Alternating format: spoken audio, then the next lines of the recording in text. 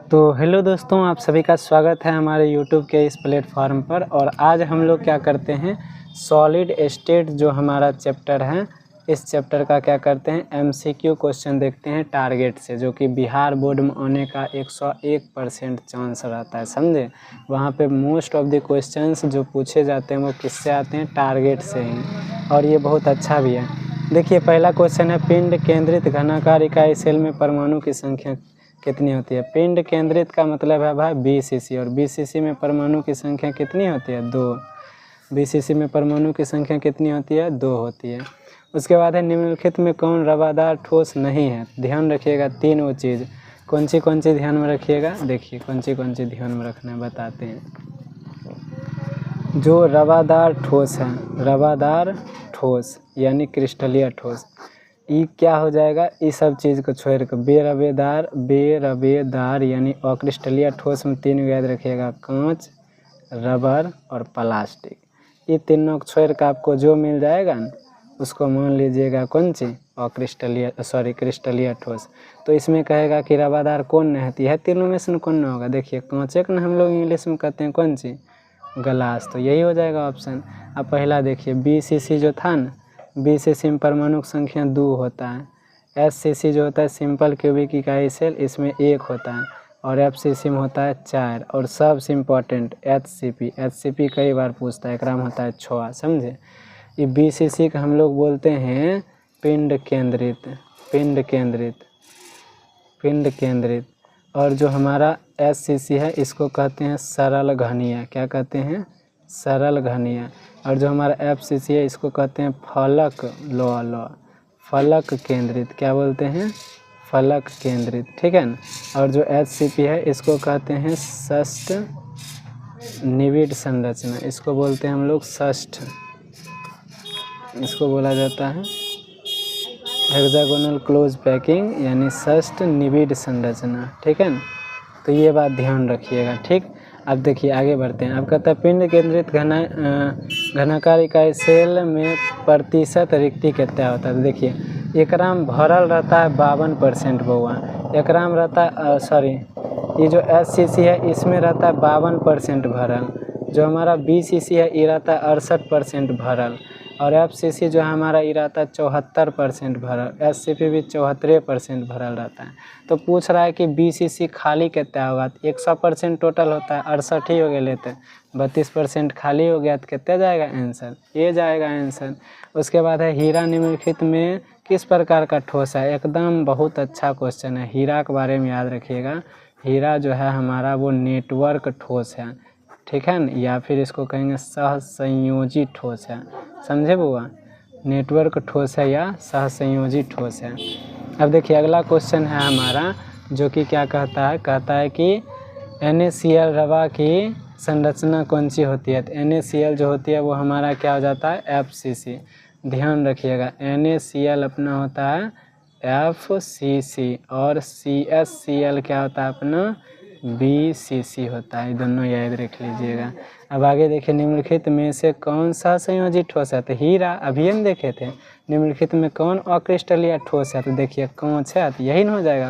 अक्रिस्टलीय माने कौन सी, बेरवेदार एक ना हम लोग कहते हैं अक्रिस्टलीय, तो अक्रिस्टलीय क्या हो जाएगा, कांच। अब चलिए आगे देखते हैं तनी। आप देखिए कहता है, निम्नलिखित में कौन अक्रिस्टलीय ठोस है, तो क्या हो जाएगा, कांच हो जाएगा। अब चलिए आगे थोड़ा बढ़ते हैं।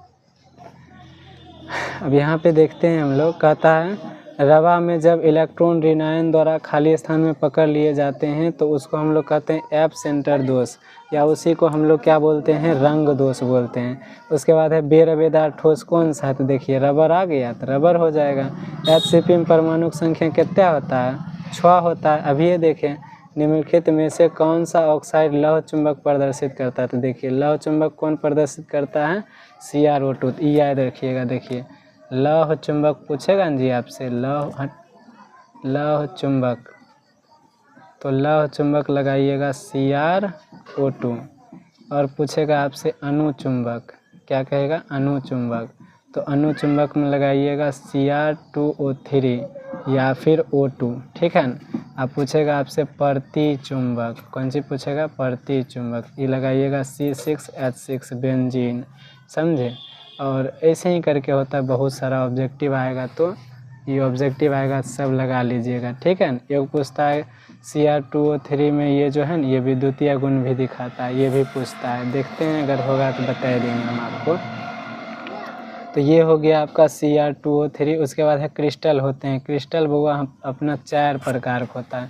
देखिए ठोस अपन 2 प्रकार का होता है, ठीक है। और क्रिस्टल ठोस अपना कितना प्रकार का होता है, तो 4 प्रकार का होता है। आयनिक, सहसंयोजी, आणविक और एक हो जाता है धात्विक। तो 4 प्रकार का होता है। तो क्या लगाएंगे, 4 लगाएंगे। अब चलिए आगे बढ़ते हैं, 13 नंबर क्वेश्चन की तरफ बढ़ते हैं। चलिए देखते हैं। तो 13 नंबर क्वेश्चन कहता है रवादार ठोस है। तो देखिए बेरेबेदार कौन हो जाएगा, ये रबर होगा, कांच होगा तो हीरेन होगा रवादार। और हीरा कौन सी, रवादार में भी कौन सा, तो सहसंयोजी। HCP में पैकिंग कितना होता है, 74%, यानी कि पॉइंट में निकालेंगे तो 0.74 हो जाएगा। मूल क्रिस्टल तंत्र का संख्या कितना होता है, 7। मूल क्रिस्टल तंत्र का संख्या कितना होता है, मूल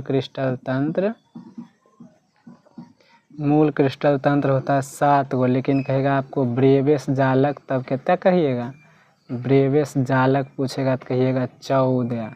कहेगा घनीय ब्रेवियस जालक, कहेगा घनीय ब्रेवियस जालक, तब कहिएगा 3 गो, SCC, BCC और कौन FCC, यही 3 पर हैं, ये हो जाएगा, समझे। चलिए आगे बढ़ते हैं। अब कहता है BCC मुक्त कितना, अगर भाई यह है BCC। और यही देखिए सेम क्वेश्चन इधरों ने पूछा था, रुकिए दिखाते हैं। देखिए पिंड केंद्रित है ना, तो पिंड केंद्रित तक हम लोग क्या कहते हैं, BCC। कितना % हो जाएगा, 32। अब चलिए कहता है एक धातु का रवाकरण हेक्सागोनल क्लोज पैक यानी HCP में किया गया है, तो कोऑर्डिनेशन संख्या कितना होगा। चलिए कोऑर्डिनेशनों संख्या देख लेते हैं। तो भाई BCC में कोऑर्डिनेशन संख्या होता है 6, इसमें कितना होता है, SCC में 6, BCC में होता है कोऑर्डिनेशन संख्या 8, FCC में होता है 12 और CCP में भी कितना होता है 12। तो HCP है तो कितना हो जाएगा जी, 12 हो जाएगा। अब है निम्नलिखित में कौन से जोड़े में चतुष्फलकीय बॉयड और अष्टफलकीय दोनों होता है, तो याद रखिएगा HCP और CCP, ठीक है। HCP और FCC या फिर HCP और CCP, इसी में होता है चतुष्फलकीय और क्या, अष्टफलकीय बॉयड। इसमें याद रखिएगा चतुष्फलकीय बॉयड क्या कहते हैं, 4 गो परमाणु के बीच में जो जगह होता है, 4 गोलों के बीच के जगह को, बीच के खाली जगह को चतुष्फलकीय कहते हैं। और 6 गो परमाणु, 6 गो गोला के बीच के जगह को कहते हैं अष्टफलकीय। अष्ट माने 8 नहीं याद रखिएगा, 6 याद रखिएगा। चलिए तो आगे बढ़ते हैं थोड़ा सा। अब देखिए ई वाला जो है क्रिस्टल तंत्र AB में A B और C बराबर नहीं है, अल्फा बीटा गामा 90 डिग्री है, तो इसको हम लोग बोलते हैं आर्थोरोम्बिक। क्या बोलते हैं, आर्थोरोम्बिक। और याद रखिएगा आर्थोरोम्बिक में 4 प्रकार का होता है, कौन सी, सबसे ज़्यादा यही बनाता है ब्रेवियस जालक। अब आगे है पोटासियम का क्रिस्टल होता है या फिर NaCl का। तो NaCl कैसा होता है भाई, NaCl फलक केंद्रित होता है। अब आगे है ठोस क्षारीय धातु हैलाइड का रंग मतलब कौन सी, F केंद्र दोष। रंग दोष या F केंद्र दोष दोनों एक के होता है। अब है सोडियम क्लोराइड जालक कैसा होता है, तो सोडियम क्लोराइड हम आपको बताएं, सोडियम क्लोराइड कैसा हो जाता है, अष्टफलकीय हो जाता है, यानी NaCl याद रख लीजिएगा, NaCl FCC और कौन सी भाई, अष्टफलकीय, ठीक है ना, 8 गो फलक रहता है। अब देखिए आगे देखते हैं, कहता है निम्नलिखित में से किस धातु की समन्वय संख्या 8 होती है, तो ये भी बात आप याद रख लीजिएगा, पोटासियम। क्या याद रखिएगा, पोटासियम याद रखिएगा, ठीक है ना। उसके बाद है घनाकार क्रिस्टल में ब्रेवियस जालकों की संख्या। देखिए घनाकार बोला तो घनाकार में क्या होगा, 3 गो, टोटल होता है 14 गो, घनाकार में क्या होता है 3। अब चलिए आगे बढ़ते हैं। थोड़ा बहुत कन्फ्यूजन होगा तो याद कर लीजिएगा, क्या करिएगा, हमारे पास उतना टाइम नहीं तो हम आपको अच्छा से बता देते हैं। चलिए अब है एक अष्टफलक रिक्ति। अष्टफलक माने 8 गो, नहीं मार के क्या मारेंगे, 6 गो, बताए ना अभी कि 6 गो होता है। अब है निम्नलिखित में किस प्रकार के दोष के कारण क्रिस्टल का घनत्व में कमी आता है। एकदम इम्पॉर्टेंट है भाई, ये क्या होता है, शॉर्ट की, गलत लिखने है शॉर्ट की, एना होता है शॉर्ट की। ठीक है। शॉर्ट की दोष में घनत्व घट जाता है, ठीक, ऐसा कहो शॉर्ट लग जाता है। शॉर्ट की दोष के कारण ठोस का घनत्व कौन सी होता है, घट जाता है। वह क्वेश्चन को दोबारा पूछ दिया है। फ्रेंकल और शॉर्ट के दोष होते हैं, ये दोनों क्रिस्टल दोष होते हैं, यानी ठोस में होए वाला दोष होते हैं। अब चलिए आगे बढ़ते हैं। कहता है फलक केंद्रित घनिया यानी FCC में कहता है एगो कोष्ठक कितना गो से जुड़ल रहता है, एक एकक कोष्ठिका कितनी एकक कोष्ठिकाओं में सहभाजित होती है, तो 2। केना, तो सुनिए। ये कहता है, ये देखो ये क्वेश्चन तनी गलत पूछ दिया। ये देखो ये कहता है कि कोई भी मतलब जना FCC है, ठीक है ना, तो कहता है FCC में देखिए, जैसे मान लीजिए FCC में कहता है फलक पर, FCC नामे है तो फलके ओकरा से याद रखिएगा। मेने चीज़ हम लोग याद रखते हैं, तो फलक पर अगर रहेगा तो मतलब ये इस वाले घन में भी है और इस वाले घन में बीच वाला है। जना घर नहीं देखते हैं भाई और बांटने रहता है, तो बीच वाला दीवार में छेद करेंगे तो दोनों घर में डिस्टर्ब होगा। वो बीच वाला जो दीवार है वो फलक है ना, तो FCC के फलक में अगर कोई इकाई सेल होगा तो क्या गो में बटेगा, 2 गो में। तो वही चीज़ है, इसको ऐसा देना चाहिए कि फलक केंद्रित घनीय जालक में अगर फलक पर उपस्थित एकक कोष्ठिका है तो कितनी एकक कोष्ठिकाओं में वो क्या होगी। अगर फलक पर अवयवी कण है एकक कोष्ठिका में तो कितनी एकक कोष्ठिकाओं में सहभाजित होगी, तो याद रखिएगा 2, ठीक है। अब कहता है एक क्रिस्टल में कितने प्रकार के क्रिस्टल जालक यानी ब्रेवेस जालक हो गया ये, तो जालक टोटल क्या बनेगा। क्रिस्टल तंत्र, तंत्र बोलेगा तो कहिएगा 7, जालक बोलेगा तो कहिएगा 14। C6H6 कौन सी है भाई बताओ, बेंजीन है तो कौन सी हो जाएगा, प्रति चुंबकीय है। देखो हेज यहाँ बताए थे ना, देखो है ना प्रति चुंबकीय बेंजीन। और ये जो क्वेश्चन है ना O2 वाला या फिर O2 माइनस वाला, ये तुमको हम दिखा देंगे P ब्लॉक में अनुचुंबकीय करके ही यही क्वेश्चन पूछा जाता है। अब देखिए यहाँ पर FCC जालक में कितना परमाणु होगा, तो FCC F4 अभी याद कराए थे। CHCl कैसन होता है, BCC अभी नहीं याद कराए थे आपको। अब है निम्नलिखित आयनिक क्रिस्टल में आप जिसमें धनायन और ऋणायन के केंद्रों में अधिकतम दूरी होती है। ये सुनिए, देखिए धनायन और ऋणायन में अधिकतम दूरी कितना होगा, जबकि होगा दोनों कौन सी होगा जी, बोर होगा। यानी बड़ा बड़ा चीज़ अगर होगा तो केंद्रक दूर, जैसे देखिए पतला पतला आदमी है तो ओकर दोनों पेट वाला नाभि नज़दीके में रहेगा, लेकिन मोटाइल आदमी है तो एगो का नाभि यहाँ रहेगा एगो का नाभि यहाँ रहेगा, तो दूरी बढ़ जाएगा। तो इसको ऐसे हम लोग समझते हैं कि जैसे देखिए यहाँ पे कुछ ऑप्शन देने हैं, एक है प्लस में Li और CS, एक कौन सी है Li और क्या है CS। देखिए परमाणु संख्या जकर जितना वो रहता है वो आकार छोटे रहता है। ये तो लिथियम हाइड्रोजन हीलियम लिथियम तीनों पाता है, तो इसका आकार कौन सी होगा, आकार होगा छोट, आकार क्या होगा छोटा। इसका आकार कौन सी हो जाएगा बड़ा, समझे। तो देखिए ये देख लिए। और इधर कौन सी है F है और I है, तो F और I, तो F और I में F क्या हो जाएगा भाई अपना छोट हो जाएगा और I क्या हो जाएगा बड़ा हो जाएगा। अब देखिए ये सब ये मतलब इससे बना हुआ सबसे छोटका यौगिक क्या होगा, तो छोटा यौगिक कौन बनाएंगे, छोटका लैक बनाएंगे, यानी कि Li और कौन सी F, ये होगा छोटा यौगिक, यानी कि आकार इसका क्या होगा छोटा होगा। अब बड़ा सबसे बनाना है तो CS ले लेंगे और I ले लेंगे, तो क्या हो जाएगा CSI, या क्या हो जाएगा बड़ा यौगिक। तो इसके नाभिकों की दूरी कम होगी, सॉरी आकार इसका क्या है छोटा है, तो हाँ सही है। इसके नाभिकों की दूरी कम, इसके नाभिकों की दूरी क्या हो जाएगी अधिक हो जाएगी। देखिए अब यहाँ कहता है कि अधिकतम दूरी, तो CI कौन सी मारेंगे, सॉरी CSI न मारेंगे, CSI मारेंगे। बोलिए समझ में आ गया ना, तो ऐसे ही याद रख लीजिएगा। अब यहाँ है P प्रकार के डोपिंग, अच्छा ये याद रखिए। देखिए अर्धचालक अपन 2 प्रकार का होता है, तो P होता है पॉजिटिव, इसमें हम लोग त्रिसंयोजी पदार्थ मिलाते हैं, यानी वर्ग 13 का। बाल गए इंडिया थाईलैंड वाला नहीं था, बाल गए इंडिया थाईलैंड, तो ये बोरोन एल्युमिनियम इंडियम थैलियम।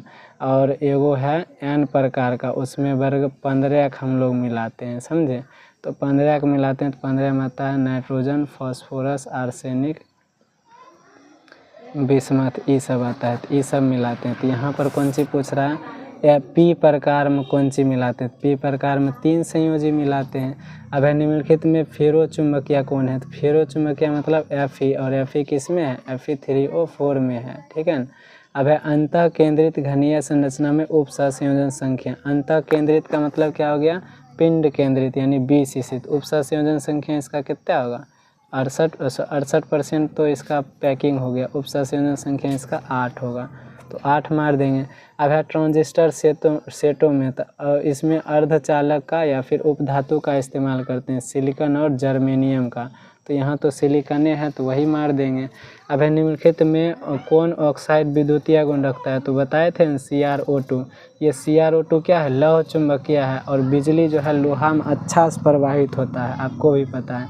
तो ये क्या हो जाएगा CrO2 लौह चुंबकीय और क्या हो जाएगा विद्युतीय गुण रखने वाला। अब है निम्नलिखित में कौन बेरवेदार ठोस है यानी अक्रिस्टलीय, तो हमको पते है जी कौन सी होना चाहिए, कांच रबर प्लास्टिक। देख लीजिए ग्लास मिल गया कांच, तो यही ना हो जाएगा। चलिए तो आज के लिए इतना ही रखते हैं। ठोस अवस्था का जितना भी ऑब्जेक्टिव था वो हमारा क्लियर हो गया है। आशा करते हैं कि आपको समझ में आया होगा। अगले दिन हम लोग विलियन वाले ऑब्जेक्टिव को देखेंगे। अगर ठोस अवस्था के सब्जेक्टिव में किसी क्वेश्चन में आपको प्रॉब्लम है तो आप ज़रूर से ज़रूर हमको कमेंट करिए, पूछिए कि भैया क्या होगा इसका।